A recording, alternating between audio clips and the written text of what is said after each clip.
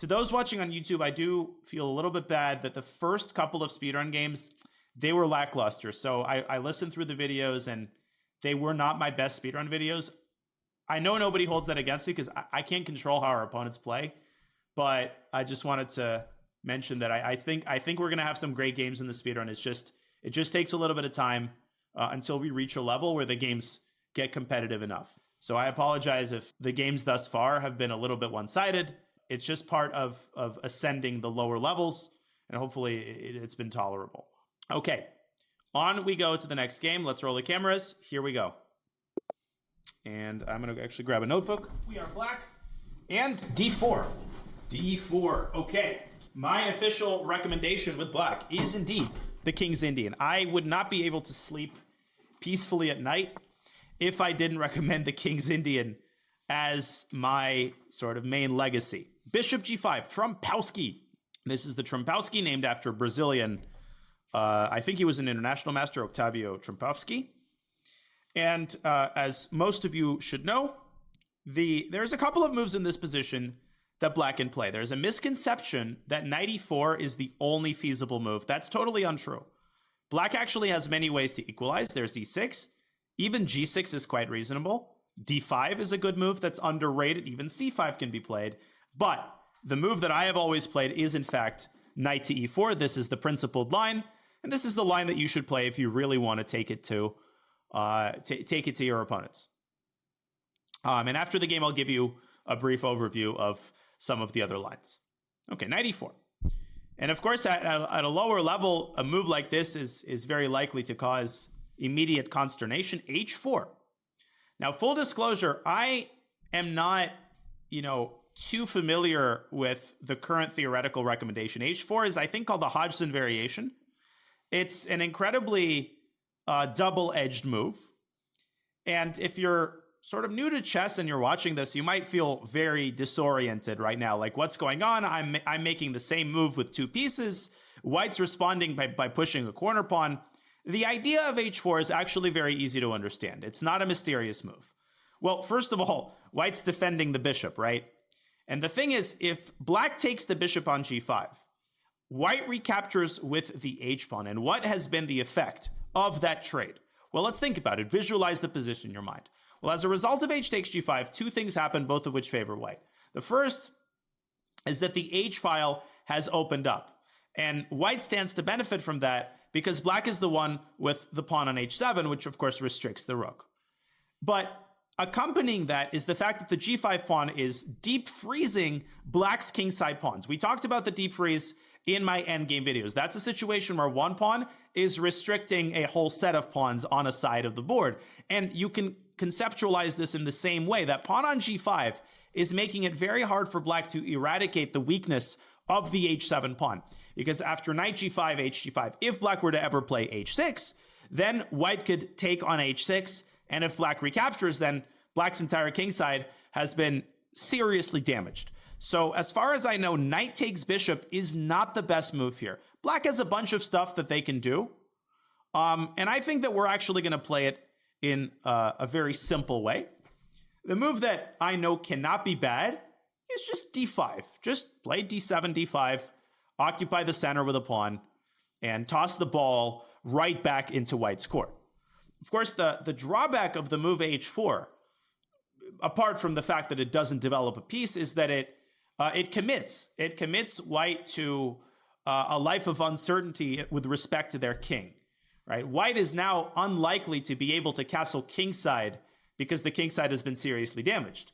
Castling queenside in such positions is always incredibly risky, especially with a knight sitting on e4 like this. And staying in the center, similarly, is also quite dubious. So h4 is an incredibly committal move. Knight d2. Our opponent knows his theory. Knight d2. Okay, well, again, we have multiple ways, I think, to respond to this. But we're going to keep it incredibly simple. I don't want to take on g5. I think that plays right into white's hands. And that's kind of what white wants to see. Although, after knight g5, hg5, we can continue striking at the center with a move like c5. But the move that I kind of like, I played this against Levy in our casual blitz game in Canada, and I lost. But I didn't lose because of this move. I lost because I blundered a little bit later. I think we can play it very simple. Just drop our knight back either to f6 or even to d6 and just get a symmetrical type of position that resembles a queen's gambit declined. So knight d6, knight f6, I really, really like. Let's just go back to f6. Let's just go back to f6. And you might say, well, we've moved one minor piece and it's been the same minor piece for 3 moves. In what earth is that justifiable? Well, remember that the center is still quite closed. So the effect of moving the same piece more than once has been diminished. The consequences aren't as easily felt. And also remember, what has white done with these extra tempi? Well, white's played the move h4, which is a significantly weakening move. So it's not like white has fully squeezed the juices out of the fact that we have moved the same piece. e3. Well, the point of going to and fro with the knight is that we have induced the move h4. You can think of it that way. We have provoked a serious weakness on the king side. Now we move our knight back and we develop along in conventional terms, conventional means. Okay, h4, e3. So the funny thing is, like, you could consider move ordered into a type of structure that we're not going to get many times because we're going to play the King's Indian in response to d4 in the speed run. But nonetheless, it's good to know how to handle positions with pawns on d4 and d5 like you get in the Queen's Gambit declined. Many ways that black can handle this type of position. But if you want to play in principled fashion, then you can almost consider this a reverse Queen's Gambit declined, right? And what does that mean, a reverse Queen's Gambit? Well, in the Queen's Gambit, white usually plays c2, c4. So here we can do exactly the same thing, but from the opposite side, from the black side, and we can prepare the move c5. But after c5, we have to be careful about d takes c5. And because white has already developed his knight, after c5, dc5, e6, white can then solidify the c5 pawn with a move b4. And I don't really see a compelling reason that we should deal with any of that. I think that we should start with the solid move e6 and then follow up with c5 on the next move. And what is the purpose of pushing the pawn up to c5? Well, it's just to contest the center, right? It's just to occupy more of the center and put pressure on white's center pawn, right? You shouldn't overthink the move c5. It's just normal stuff in such a position.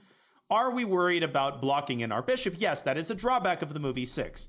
So you might say, well, shouldn't we have gone bishop f5 first? I'll talk about that a little bit more after the game. As it turns out, the bishop on f5 can be quite vulnerable in such positions. And again, because the center is closed, not every piece needs to be distributing the COVID vaccine. We can always fianchetto the light squared bishop.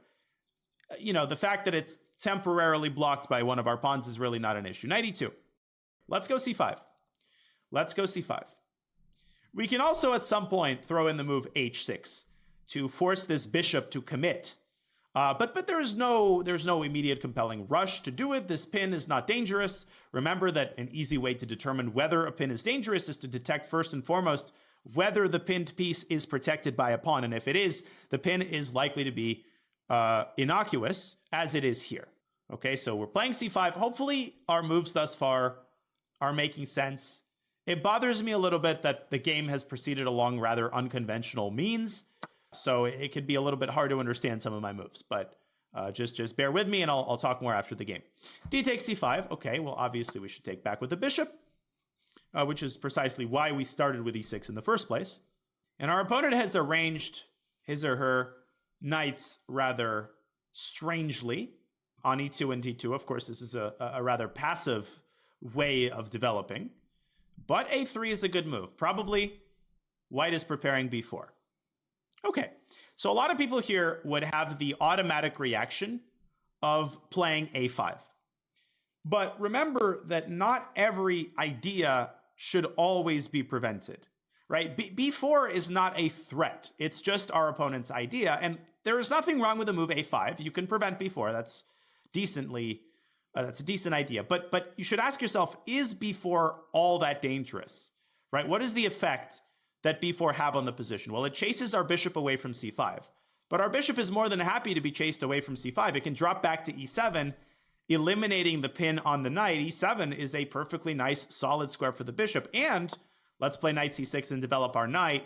Remember that after white plays b4, that pawn on b4 can later be used as a target. We could chisel away at white's queenside by playing a5, but only after white's pawn has appeared on b4. That is a super typical way of attacking pawn chains. You can attack the base of the pawn chain, which is the traditional method. That's like removing the bottom Jenga out of the entire structure. But you can also attack the tip of the pawn chain, and sometimes that has a pretty strong effect as well. Okay, so let's play knight c6. We also could have castled here. I think both moves are entirely acceptable. There are many ways of developing in such a position. There isn't always one correct move. Okay, knight f4. This gives us a perfect opportunity to play a move that we were thinking of playing a little bit earlier. What am I talking about? First thing that I see when knight f4 is on the board is that this bishop on g5 has been fully deprived of squares. So what does that tell us? Well, it tells us that the time has come for us to play h6. Now it forces white to trade the bishop for the knight, allowing our queen to move into an incredibly active spot on f6. And in general, white has traded one of their main pieces in this position. The dark squared bishop is like the pride of the position, the Trompowsky. Now we've got a great position. Queen is on f6, attacking b2. It's also pressuring f2. And already black has an advantage. Knight h5. Okay, our opponent's succumbing to one move-itis, I think. Or maybe not. Let's think. Actually, not a terrible move by any means, but I think we can get away with taking the pawn on b2. And I think a lot of people who are newer to chess are sort of automatically afraid of taking that pawn on b2 because you've been told the horror stories about how the queen always gets trapped when it takes that pawn. Anytime you're thinking about taking a pawn in your opponent's territory with your queen, you have to calculate concretely. What happens after queen takes b2? Well, white's probably going to go rook b1. And there, we just need to realize that the queen is defending this important pawn on g7. We definitely don't want to give that pawn away with check. So after queen takes b2, rook b1, we should move the queen along the same diagonal. Well, what squares are available on that diagonal? Well, first of all, we can move the queen back to c3. But then the rook can pursue us with rook b3. So queen c3 is not the best move. The best move after queen b2, rook b1 is to drop the queen back to e5. And you might say, well, the queen in the center is very vulnerable. White could just attack the queen with f4. But pushing a pawn weakens other pawns. f4 gives up e3 with check. And if, after queen takes b2, rook b1, queen e5, white tries to chase the queen with the knight, then that severs the connection between the white queen and the knight on h5, allowing us to take on h5. Okay, so simple calculation. We can safely take on b2, no problem at all. Now, I should point out that after rook b1, even if e5 for whatever reason would have been inaccessible to our queen, let's assume that the pawn was on f4, there is nothing terribly wrong with taking the pawn on a3. It's not like if white takes on g7, the game ends. Right? You should never just assume that just because your king has to make a move in the opening, that somehow you're already on the cusp of getting mated. We would slide our king to f8, and the king on f8, while not ideal, would still be decently placed. Of course, it's not desirable, but it wouldn't be the end of the world either. All right, so our opponent is thinking. Rook b1 is a very tempting move, but I just don't see too many other options for our opponent. If they develop the bishop to d3, we can respond by playing g6, solving the problem of the pawn on g7 and chasing the knight away from h5. So we're up a pawn here. We're up a pawn. Our pieces are nicely developed. At some point, we should probably get this light squared bishop out and maybe put it on d7 just to connect the rooks. But that's not urgent at all. Why f8 wouldn't it be safer on e7, d7? Oh, you're asking about the king. No, I think d7 would be a bad spot for the king because that walks right into the x-ray along the d file. It also permanently, like fully blocks the bishop on d7. And the king on e7, no, I think that the further along the king is, the less safe it is, right? If it's on the 7th rank, there's all sorts of checks like knight f5. I think the king on f8 is, relatively speaking, the safest square because it's still surrounded by this pawn cover. Yeah, our opponent finally taking his time. Bishop e2. Okay. Well, that's a reasonable move. And we have multiple ways to deal with the pawn on g7. I pointed out the move g6, which is sort of the forcing option. But some of you also indicated that we can simply castle. And now that I'm looking at this a little bit more deeply, I really like the idea of castling here because it basically kills two birds with one stone, right? We continue our development and simultaneously we protect the pawn on g7. Now, if I were playing white here, I would seriously contemplate the move g4 in this position, trying to create counterplay on the king side using the fact that white has not castled yet. And that is part of a very important trope to remember, which is the situation in which one side has castled and the other side has not. People often assume that the side that has castled stands to benefit from that, but that's not always the case. Sometimes the rook on h1 can be used to benefit the side that hasn't castled yet if you can open up the h file quickly. And there's a great book called The Art of Attack in Chess by Vukovic. It's an old book from the 30s. There's a good chessable version of it. And it has a whole chapter on the situation in which, one king remains in the center and the other king castles early. Bhuvanesh asks, why did we not take on a3? It would have been possible to take on a3. That would not have been a terrible move. First of all, it would have created a lot of awkwardness with the queen and the bishop. I would be afraid of losing the bishop. But more concretely, after bishop takes a3, we would have allowed knight takes g7 check, deflecting the queen, right? Queen takes g7, rook takes a3, and I didn't want to allow any damage of my kingside pawn structure. We're trying to play as solidly as possible. But now we absolutely could take on a3. Not just could take on a3. I think we will take on a3 because there's no reason not to. That's a pawn. And we have earned the right to take that pawn because we've solved the immediate problems of our position. We've castled. Our center is nice and safe and secure. So, don't be under the impression that, I always like to caution you against taking material, but that doesn't mean you don't take stuff if it's literally free. Just bishop takes a3. Now we're up 2 pawns. And remember the curve of diminishing returns. When you're up 1 pawn, taking that second one is incredibly meaningful. When you're up 2 pawns, taking the third one is already far less meaningful. e4, that's a great move by our opponent, but it doesn't actually do anything. It doesn't threaten anything because d5 is defended by this pawn on e6. Moreover, if white were to take on d5 and we were to recapture, our light squared bishop would be opened up. So we actually kind of want white to take on e4. So there's many ways to play this position. A lot of you, of course, are tempted by the move knight b4 or knight d4. Let me explain why I don't like either of these moves. Let's take as a sample the move knight b4. White castles kingside. And then you can say, well, there's a third pawn on c2, but that's where the line has been crossed from calculated greed to too much greed. Knight takes c2. Look at how all of our pieces are going to be clustered on the queen side. After rook b1, our queen is virtually overextended. We could end up losing a minor piece there. We also probably wouldn't, but it involves a lot of calculation, and there is no need. We're already up 2 pawns. We can make a much safer move. So what seems to be a safe move that improves our position? Well, when I look at this, I don't like the placement of the bishop, right? We took the pawn on a3, but that bishop is in a very awkward spot. It's also keeping the queen tied down to the queen side. So it makes sense to move that bishop away. Now, where should we move it? Well, we have several good squares. We can move it back to c5 to pressure the f2 pawn. We can move it back to b4 to create the pin against the knight on d2, which I know a lot of people are tempted by. But after bishop b4, remember that pin is temporary. Bishop b4, white can castle kingside, and then that bishop looks a little bit dumb. I actually like the move bishop d6, which to some people might be the least appealing of the squares, but to me is the most appealing because this pressure is actually meaningful. Bishop takes g3 is a serious positional threat because it completely ruins white's kingside pawn structure.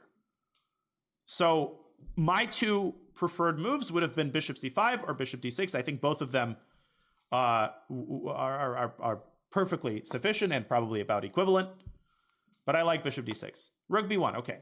Chasing the queen out of b2. Great thing that we moved our bishop away from a3. Where should we move our queen?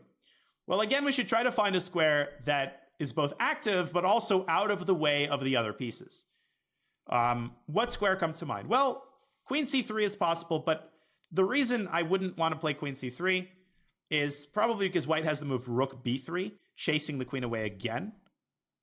I like the look of queen f6. Queen f6 does run into knight h5 though, but then we can tuck our queen back to e7. That seems to be a very good option. Queen f6 and then knight h5, queen e7. What else is on the menu? We can drop our queen back to d4. That square I like the most. Yeah, let's play queen d4. You know why? Because the queen is actually very difficult to attack on this square. If you think about it, white has no good way to attack the queen.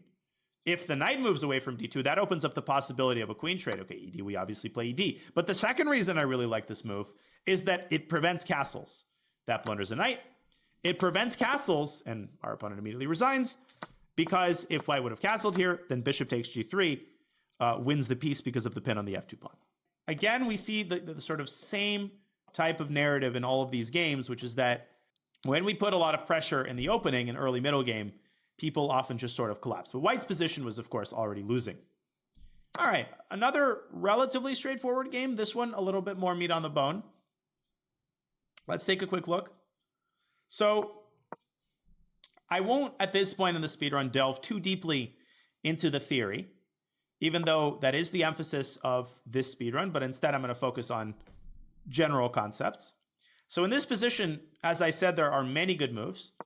I'll let you do some investigation on your own. I really like the move d5. This is often not talked about enough because the two main moves are knight e4 and e6.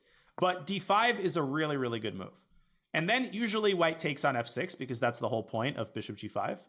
And here, I really like the line g takes f6, which leads to this very gritty, interesting pawn structure. Black has the bishop pair, which I love, and I just like this structure in general. So I don't remember exactly how the theory goes here. I think white is supposed to play e3, and then, much like in the game, you have this structure which calls forth the move c5.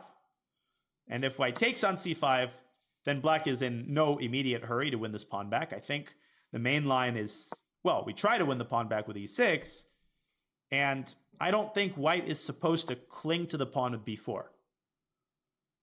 Drew says, I have no idea what's going on. If you're lost, then you can ask questions, but I'm trying to be as clear as possible. So after b4, how is black supposed to deal with this particular pawn chain? Remember that I said there's two options. You can attack the base of the pawn chain, but if possible, that's what you should do. You can attack the tip, you can attack the base. Attacking the base is generally the more successful strategy. So here you should play a5, which leads to a very classic scenario. White cannot play a3 because the rook on a1 is undefended. Notice that if the knight had been developed already to d2, a3 would have been possible. So everything comes down to concrete details here. Of course, white can play c3 and defend from the other side. But now you can play ab, cb, and you can play the move b6, which is a sort of traditional way of attacking the pawn chain. Now you have softened it up, and now you go after the tip of the pawn chain. Because if cb, you take on b4 and then take on b6 with a tremendous position. But you can also play simply knight c6, exploiting the fact that a3 runs into knight takes b4, the same principle with the rook being undefended. So we've had this type of scenario in speedruns before. This is like super common occurrence in all of these d4 openings. The situation in which one side has grabbed the pawn on c5, or you could imagine the same thing with colors reversed if black takes the pawn on c4. And understanding how those structures work is integral if you want to play this successfully for either side. In any case, d5 is a good move. We played knight e4, white plays h4, and we decided to keep it simple with the move d5. So there's a bunch of lines, and I know Levy recommends this in his course. There's a bunch of lines where white actually pushes the pawn to g6 here. So, for example, black can try the move e7, e5. And I don't remember exactly where white plays g6. It might be here. But the point of g6, again, is that you cannot take with the h-pawn. You drop the rook. And if you have to take with the f-pawn, then notice how much you've damaged your king side. And white has long-term pressure against the h7 pawn. So I actually don't love this type of position for black. We decided to play d5 and really keep it simple by playing knight f6. White is slightly better here. I don't dispute that. White is definitely slightly better here, but black's position is tremendously solid. So we play e6 in order to prepare c5. And already I think knight e2 is a step in the wrong direction. It's just too passive. It's not a big mistake, but I don't understand why our opponent didn't just develop their knight to f3. And then we would have played c5, and white can play this kind of like a London with c3 and then bringing the light-squared bishop to d3. White is a good position. White is a good position. So knight e2 is a little bit passive. D takes c5, also a little bit passive. At this point, I already think black is better. Yielding the center like this is not a good idea. White should play c3 if he wants to be solid. If white wants to be ambitious, white can consider counter-striking in the center with the move c4, creating this sort of pawn cube. So DC just yields control of the center, which is a bad thing. Now our opponent plays a3, and notice here that we don't fear the move b4 because it's absolutely not dangerous. It sends our bishop to a square that it wants to go to anyway, bishop e7. No, this is not a King's Indian. This is a Trompowsky. Okay, maybe white should have played b4 and then c4, but here we would just ignore by castling, and this is exactly where white is burned for pushing h4 so early. White's king has no safe haven, and with the center getting opened, it gets really, really dangerous for white really quickly. Yeah, you just ignore. And notice how solid black's structure is. This is the benefit of a healthy pawn structure. You can just continue developing your pieces, and you don't have to constantly react to what your opponent is doing. If b5, then you can play knight e5, threatening checkmate in one move. All right, so I think the key takeaway from this part of the game, if you're like a newer player, is that, well, first is that you should never just like automatically always try to prevent every one of your opponent's ideas. Prophylaxis is a very important concept, but it should be used in response to actually dangerous ideas. So the first order of business is to actually ask yourself, is this worth preventing? Very often your opponent's idea actually helps you rather than your opponent. Hopefully that makes sense. So knight c6, our opponent plays knight f4, another mistake which allows us to get this bishop on g5. And now we have the bishop pair, a beautiful queen on f6. And really the decisive mistake was to blunder this pawn on b2. After queen takes b2, white is probably already lost. Okay, what should white do here? Probably white should play the unglamorous but necessary move c3 to blunt the queen and protect b2. And then we would have probably castled kingside, and white would have gotten his bishop out to e2 or whatever. And here, a good plan for black is to prepare the move e5. Why is e5 impossible? Because of blunders d5. So who can tell me a good way to prepare e5? What is the most harmonious way of preparing e5? Very good. It's rook d8. Rook d8 is sort of the classic, right? You put the rook behind the pawn, and the reason that you want to do that, because to some people it might seem, well, but aren't we putting the rook on a closed file? Yeah, but you're using the rook as a support. You can think of the pawn as an extension of the rook. Also, later in the game, you might play the move d4, and that's exactly where you want your rook, on d8. Should the d file open, you've already positioned your rook preemptively on the best possible square. So rook d8 here would be great. What's interesting is that the engine is suggesting the move g4, which might be white's best chance in response to castle kingside. It might be just to run this pawn down to g5 and try to open up the h-file. So a good example of a situation in which the side that delays castling benefits is the fishing pole variation of the Ruy-Lopez.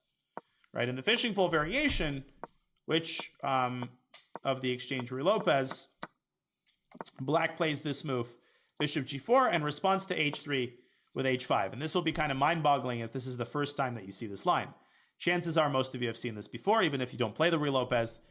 h5 baits white into capturing this bishop. After h takes g4, white is already lost because the open h-file almost immediately leads to checkmate, especially if the knight from f3 moves away. Queen h4 is forced mate. White cannot prevent the mate on h1 or h2. f3, you play g3 to cover the f2 square, and then you mate on h1. So this is like a very basic example, but the takeaway on a more abstract level is that just because castling is not always a race, right? You want to be careful about castling into an attack if your opponent is still uncastled and has the means to start attacking your king side, right? You want to be careful about that. So in any case, back we go to the game. Queen takes b2. We win the pawn. Bishop e2, we castle. Then we take another pawn because why not? That pawn is totally free. And then we drop our bishop back to d6, a nice solid square, pressuring the knight on g3. Then we move our queen to the center. The center isn't always a vulnerable spot for the queen. Here it's not vulnerable because if white moves the knight on f3, then of course we will trade queens, and then we can respond by winning another pawn. Bishop takes g3 and de, or you can throw in a nice little check on b4 and just run this a pawn up the board, actually ignoring the threat on d5. You can just play a5 here. Yeah, big deal. White wins one of the pawns, but this pawn is just going to reach a1 in the blink of an eye. And then you're going to put the bishop on c3 at the right moment to cover the a1 square. So a simple game. And of course, our opponent collapsed. Ed, knight f5, bishop f5 is a free piece. The game is over. So 17 moves, key takeaways. In the Trompowsky, for now, you can just remember the move knight e4, and I'm sure we will get a chance to talk about more theory later. We'll face this again after bishop f4. If you've watched my blitz games, you know that I'm very partial to the move knight c6, which is a super rare sideline, but it's a super tricky line. It's easy to learn, and it's what I'm going to recommend to you once we hit the Trompowsky again. For now, h4. You can keep it simple by dropping your knight back to f6.